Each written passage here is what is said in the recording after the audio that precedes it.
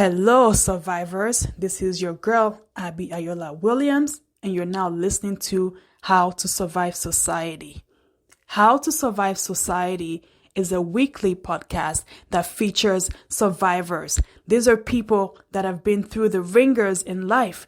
They've been through hell and back, but they choose to stay positive. They choose to win. They choose to thrive, and they choose to survive. So let's get right into it.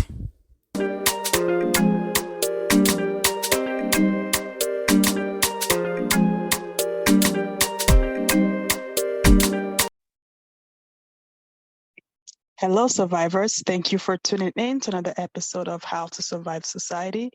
Today, I have a very special guest. Her name is Nicole Thompson. Nicole helps students get better emotional intelligence. That's the way that I see it, but she'll be able to explain it more, and we'll talk about her childhood and her life, and then we can learn some lessons from her. So, Nicole, welcome. Thank you for having me, Abby. Thank you for coming. So, Mrs. Nicole, so where did you grow up? Where were you born? And how was your childhood and stuff like that? Okay, so I am born and raised in Philly. I just actually moved from Philly last year. I'm fresh to Atlanta. And my childhood, I have to say it wasn't the best, especially like the early years, because from as far as I can remember, when my mom and dad were married, my dad was very abusive to my mom. It was both physically and emotionally. And myself and my three other siblings, we would witness it like almost daily. He would call her different names and hit her and spit on her and things of that sort. So you know how just the toll that has on a child seeing their mom being hit by their dad. It's like, you love both of your parents, but at the same time, you don't want to see one of the other ones abusing the other one. So this went on almost daily for quite some time, and it lasted until my older brother actually threatened to kill my dad if he hit my mom again. So that's when my mom finally got up enough courage to leave. So she left, but when we left, she didn't have a job or anything because, again, she had 4 kids and we were all still very much young. I was 4 at the time, so my younger sister was 3, and then my brothers were 8 and 9. So we moved with my grandma, and she lived in a very, very poor section of North Philly. And it was, a lot of poverty around and everything. Mm-hmm. But, we're thinking that we got away from the abuse, everything is going to get better. And that just wasn't the case. Once we got there, everything progressively got worse. And I would say pretty quickly. She got pregnant with her 5th child with her new boyfriend. And as she was pregnant with her child, her then boyfriend, the father of the child, was murdered by his dad. His dad had actually stabbed him in the heart. And my oldest brother had actually witnessed it. And they wanted my brother to, go to court and, testify and everything. And my mom was really just going through it emotionally. She wouldn't let him testify. She got him out of it. But after all that happened, she just started drinking every single day. And she would just stay up enough. And remember, she's still pregnant. She would just stay up enough to drink herself back to sleep. So during that time, like, the house was filthy. We had roaches everywhere. We were barely eating. We were taking care of ourselves because, again, she was asleep. And then she went into a premature birth with my sister. And my sister weighed about 1.5 pounds. She was addicted to alcohol. And she had to stay in the ICU for months on end before they let her out. And then one day, my mom had actually set us all down and she said, I'm going to die today. And, being that young, I was around 8 then, I didn't understand what she was saying. So I just started crying and telling her, don't say that, don't say that. So we went to sleep that night, and we stayed in a 2-bedroom house. So we would take turns sleeping with my mom. That night, it was my turn to sleep with her and my baby sister. My baby sister was a couple of months old at that point, and my other 3 siblings were in the other room. And in the middle of the night, I heard my baby sister crying. So I woke up to see what was going on, and my mom was laying on top of her. So, I'm like, Mommy, get up. You're laying on my sister. Like, get up. And she's not moving.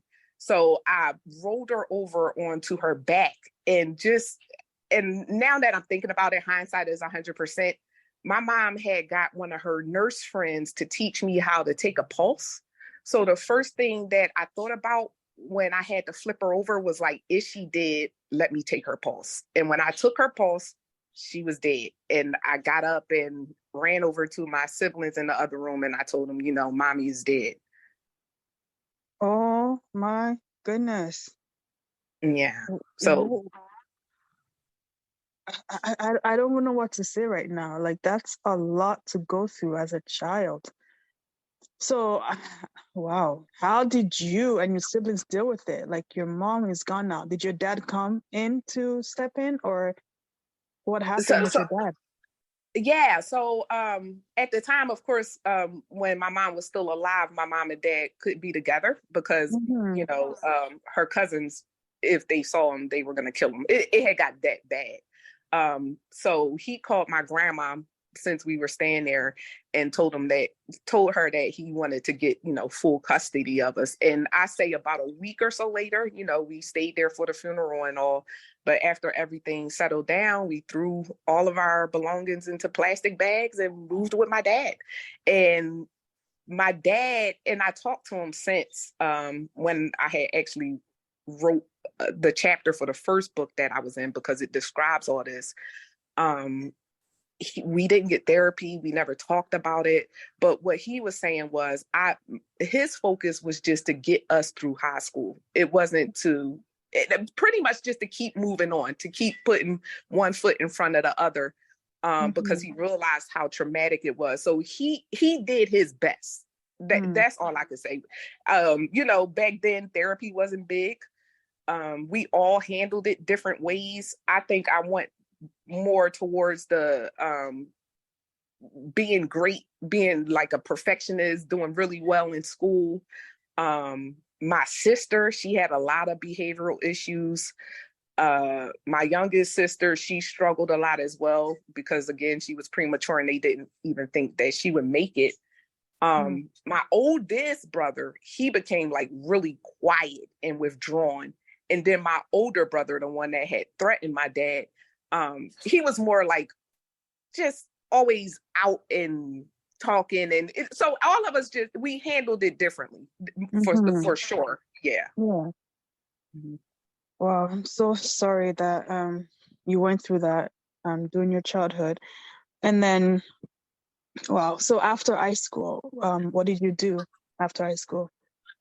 So after high school, I went to college, and I sort of like my road to where I am was sort of, I bounced around a lot. I went to college for a couple of years, and then I decided that it was actually 3. I decided that I wanted to go into the Air Force because I was about to, start the nursing part of it, and I wasn't sure if that's what I wanted to do. So I went to the Air Force for a while and did nursing, realized that I didn't like nursing.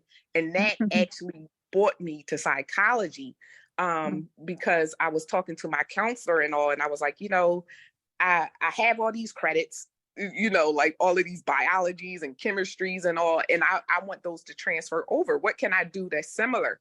And she said, well, if you take psychology, then all of your credits are transfer over. And, me being naive and all, like, well, I did take Psych 1.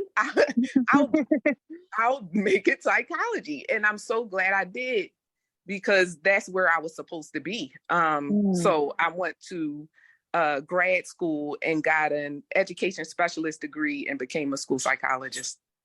Wow, that's amazing. So are you able to help your siblings with your degree?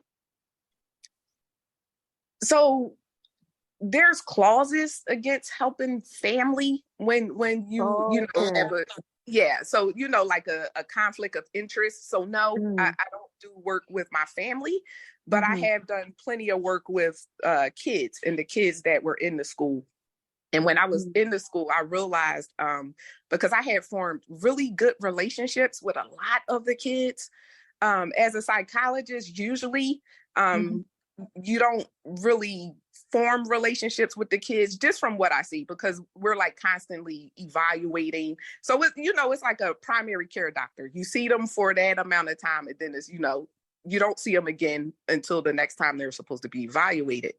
But what I noticed was it was like a good amount of kids come into my office every single day. And it was one group of girls that actually, they just made their own lunch group in my office. So it was about 4 of them that would come to my office every single day and eat lunch with me. And we would talk about different things and all. And they just started telling me so many different traumatizing things that they were going through.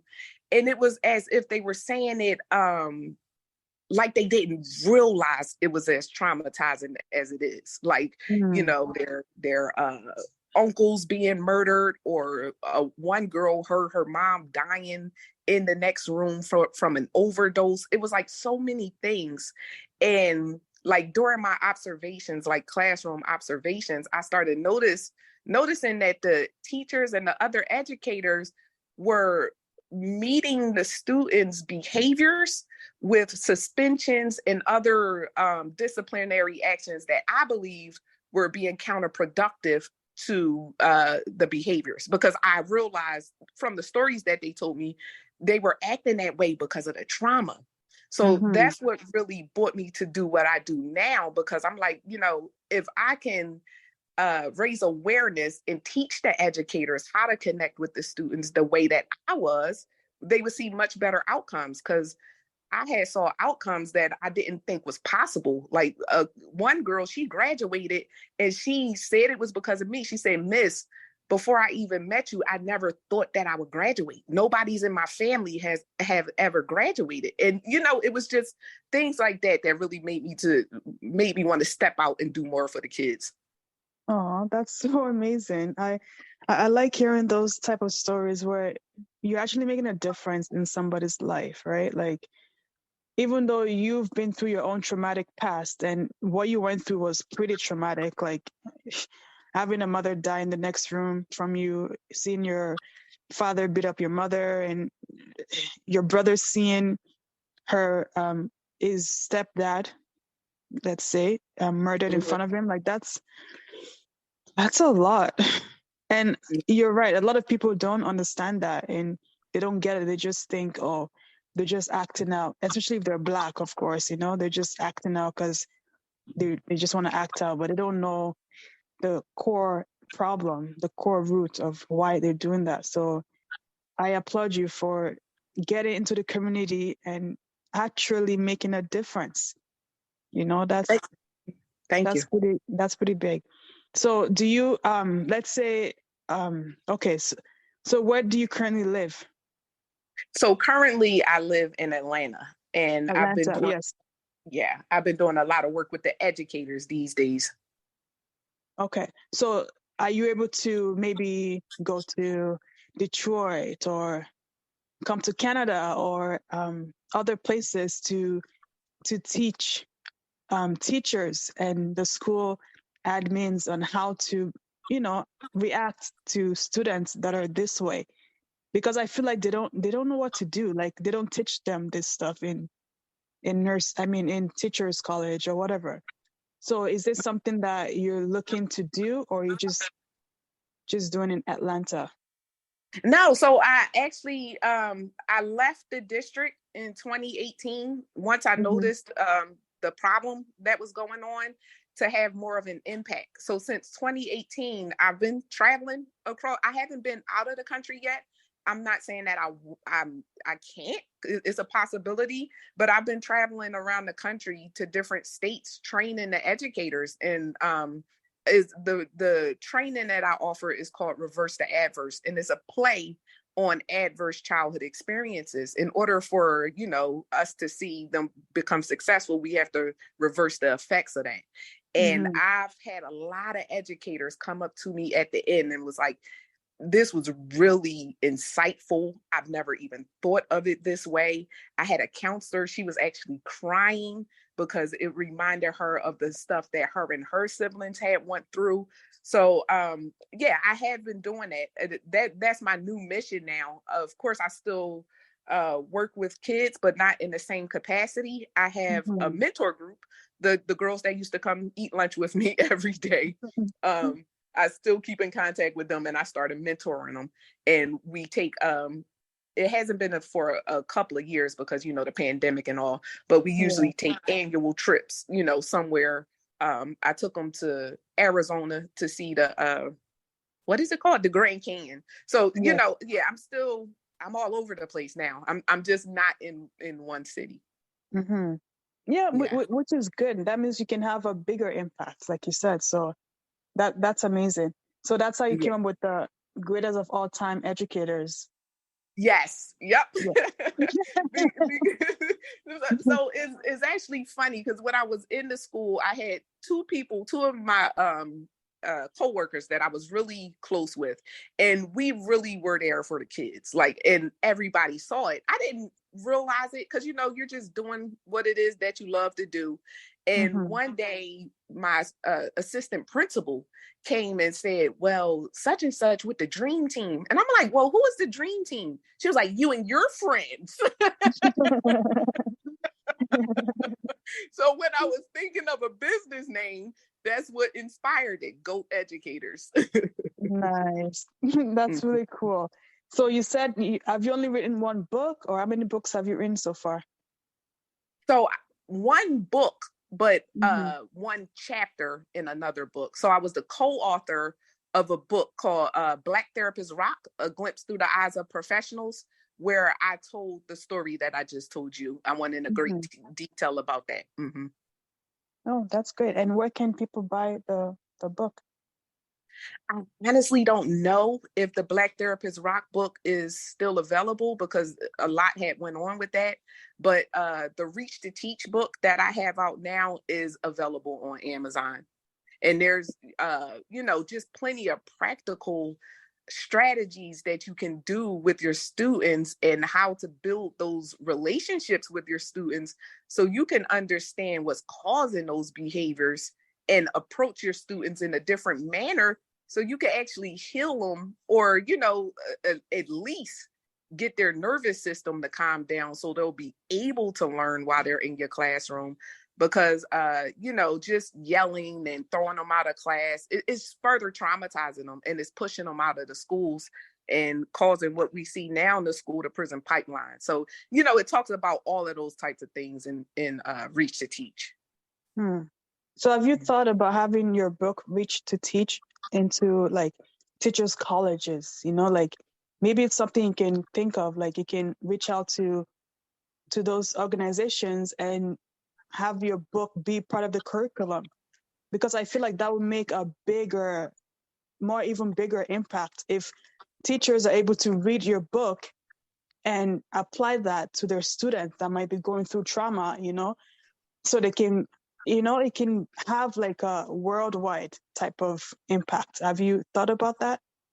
I have. I actually reached out to, I have a good relationship with my graduate college now. And we were talking about actually starting a course around it because I did a book talk there and the students were like, we really need this. You know, because just going through the program when I did, we never even touched on trauma. It was never a subject. And you wonder, like, why isn't it? When you're working with people, especially inner city, there's tons of trauma there. And everyone needs to be informed of that trauma and informed of what to do, when, and how to do it. And, you know, just not to cause further blowups and a whole bunch of chaos. Exactly. Like, and because children they are the future, like we have to, as adults, we have to do our own part as to help them, guide them, you know, like, because when it comes down to it, everybody's going to get impacted with the next generation, whether we like it or not, because we're going to get older and they're going to be the one running society. So we have to make sure that the people that we leave society up to actually are able to do it better than we did. So that's why I keep saying, like, what you're doing is very, very, very good, because you're reaching the most vulnerable part of society. And because they're the future, it's very, very important that this work gets like amplified. Honestly, like it's amazing what you're doing.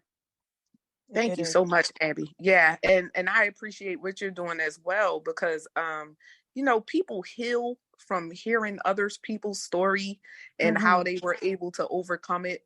So that's why I'm always just like an open book, to be honest, because I know that I'm not the only one that's been through something traumatic, and there's plenty of people that's been through things even more traumatizing that I've been through.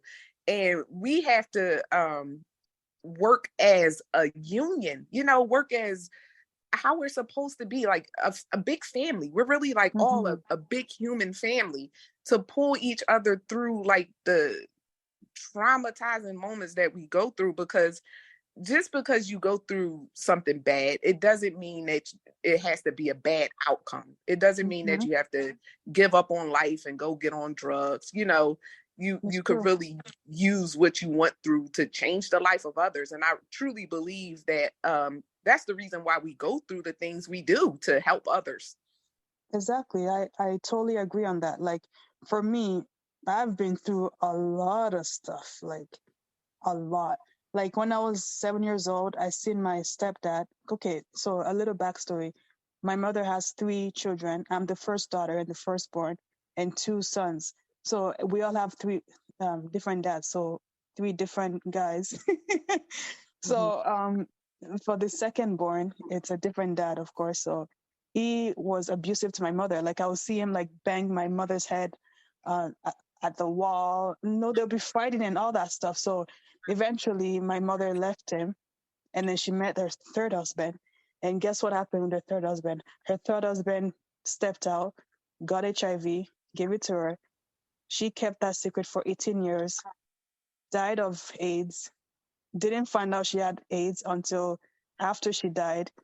Like, going Wow. through like domestic abuse, from my ex-boyfriend, my ex-husband. Like, there's so many things that have happened in life, but I've always had this mindset that, you're not going to let your past define you. You have to do the work. Like, you can point fingers all day, like, oh, I'm this way because I've seen my mom get abused. Oh, I'm this way because my mom died of this. Oh, I'm this way because I got abused in a relationship. Like, I could have done, or the fact that I got kicked out of my house when I was 17 years old, when I was living with my stepdad, and my dad and my stepmom, stuff like that. So there's a lot of things I can point to myself and say, oh, this is the reason why I'm this way. But I don't do that. Like, I try to strive to be better and be successful, and just help my children be way better and don't have the same experience that I've been through. So that way they can be better and have a better life than I have right now. You understand? So, like, I've always tried and tell people that you can't let your past define you, and you can't be pointing fingers. It's either, do you want to live and thrive, or do you want to be sour and mad all day? Like, you have to choose. And I choose life. So I feel like more people should choose life and just let bygone be bygone. It's the past. Things happens. It's not like you had control over what happened. So at least now you can take control over your life and do things to heal yourself, survive it, and just thrive. So I feel like more people need to have that kind of mentality, and things will definitely get better if people are like that. Yes, I absolutely agree, especially with the kid thing. Mm-hmm. Because going into my adulthood, right? And I realize it now, I was attracting on a couple of different occasions the same type of man that my dad was. And that was very toxic. And that last toxic relationship is really what woke me up and made me realize that I still had a lot of just like my perspective, my behaviors, what I was accepting how I thought of myself for accepting those type of behaviors, it really it woke me up and made me realize I don't want my kids to see anything similar to what I went through. So I have to do better. I have to be better. I have to heal. And I honestly think that, that relationship, although it was bad, was the best thing that ever happened to me, because that broke the cycle of those toxic relationships that were constantly being passed down on both sides of my family. Because when I think about it, oh my gosh, like the relationships that I looked up to and all, hardly, I would say 8 out of 10 of them were very toxic and traumatizing. And if that's all you know, then that's what you repeat until you know better. And that relationship taught me to know better. So I'm glad you said that, because I need my kids to grow up better than I did. Definitely. Yeah. Because there'll be no point like just staying in the same space, in the same, like it just doesn't make sense. You're supposed to guide your children and help them be better than you know. So that's the job of parents, that's your job. And I take my job very seriously. Yes, I agree. You know what? I always say I want to be a good steward to my kids. That's like my number one priority. God has blessed me with these kids, and I want to be a good steward of them. Yes, because God, like you said, he blessed you with the children, and he trusts you that you'll be able to guide them for him, and lead them towards him, because the most important relationship you can have on earth, it's with God. Like, that's facts. And having faith that something higher than us exists, that's the gift you can give your children, because they'll be able to, if they face any hardship, they'll be able to look up to God and say, you know what, Lord, help me out of this situation. They have tools. Your best option is to give them tools to be able to thrive in life. That's the bottom line, giving them different tools that they need, so they'll be able to live on their own and know what to do in case they do get into trouble. So, yeah. Yes, absolutely. I am so glad that I talked to you today, Abby, because I see that we have just so much in common. We think a lot. So I'm glad about that. So before we do go, is there any last thing you would like to tell the listeners? To the listeners, no matter what you're going through, how hard it may be, you have to constantly remind yourself, this too shall pass. I know it's easy to say when you're going through it, because sometimes it feels like there's no light at the end of the tunnel. But if you're still alive, that means that you've gotten through 100% of the struggles that you faced. So just keep looking up. Like Abby said, keep looking up, keep knowing that God has a bigger and better plan for your life. And if you get through this difficult time, you will see it. Just keep marching forward. Yes. Thank you. Thank you so much for sharing your story. And thank you for the work that you do. That's pretty big. Like, honestly, thank you so much. You're welcome. Thank you for having me. Big thank you to our guest for today. And if you would like to learn more about today's topic, please go on howtosurvivesociety.com. There you can get some life skills courses and some merchandise, and contact me if you would like to be a guest on the show. So thank you so much for tuning in, and have yourself a lovely day.